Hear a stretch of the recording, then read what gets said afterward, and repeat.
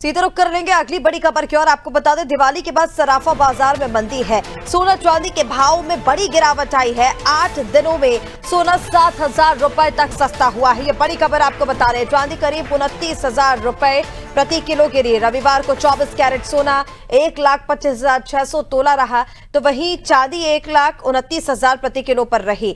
अंतर्राष्ट्रीय बाजार के असर से इसमें बड़ा बदलाव हुआ है। सोने चांदी के रेट में यह बड़ी गिरावट आई है। 22 कैरेट सोना 1,11,600, 18 कैरेट जो है वो 91,700 पर आ चुका है। तो बड़ी गिरावट सोने के दामों में भी और चांदी के दामों में। ज्यादा अपडेट्स के लिए हमारे साथ दिव्या लगातार बनी हुई है। दिव्या, देखिए दिवाली के बाद भोपाल सराफा बाजार में बड़ी गिरावट आई है, चाहे वो आप सोने के रेट्स की बात कर लीजिए या फिर चांदी के रेट की बात कर लीजिए। बताया जा रहा है अंतर्राष्ट्रीय स्तर पर जो बाजारों में बदलाव हुए हैं उसका असर भी इस पर देखने को मिल रहा है। फिलहाल क्या अपडेट्स मिल पा रही है? ग्राउंड जीरो पर आपने जब देखा होगा, व्यापारियों से बात हुई होगी, तो उनका क्या कुछ कहना है इस पर? ऋषिका, ये खबर जो है उन लोगों के लिए बहुत अच्छी जिनके यहाँ शादी होने वाली है और जो जिस तरह से सोना आसमान छू रहा था, उसकी जो कीमत आसमान छू रही थी, तो हर किसी को चिंता थी कि अब शादियों में कैसे ये पीली धातु खरीद पाएंगे, अपनी बेटियों को सोना कैसे वो दे पाएंगे। लेकिन अब जिस तरह से सोना गिर रहा है, कहीं ना कहीं उनके लिए राहत की खबर है कि अब थोड़ी सी उनकी जेब पर भार कम पड़ेगा।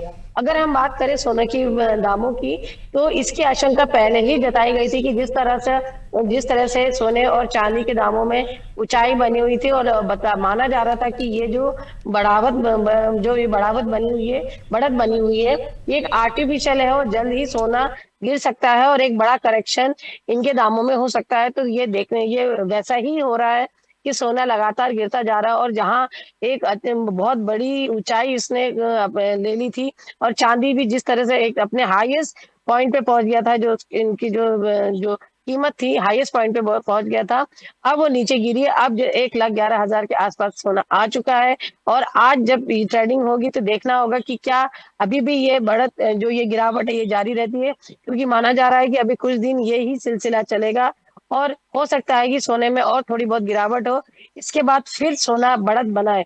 और जो अंतर्राष्ट्रीय बाजार में भी जिस तरह से सोने के दामों में अस्थिरता बनी है, इसका असर भी बहुत ज्यादा जो है सोने पे बढ़ा हुआ है, क्योंकि सोने के दाम अगर बात करें ऋषिका, तो अंतर्राष्ट्रीय जो भी जिस तरह की परिस्थितियां होती हैं उसका असर सीधा सीधा सोने पे, अंतर्राष्ट्रीय अर्थव्यवस्था का पड़ता है सोने पे। और अभी जिस तरह से जो तेल खरीदी को लेके जिस तरह से अमेरिका लगातार बयानबाजी कर रहा है, इसका असर पड़ा है। और ये सारे कहीं ना कहीं जो फैक्टर है जो सोने के दामों को पे असर कर रहे हैं, देखना यही है कि जो ये गिरावट है ये लगातार अभी कुछ दिन और बनी रहती है या फिर कोई एक नया करेक्शन के साथ फिर से इसके दाम में ऊंचाई आती है।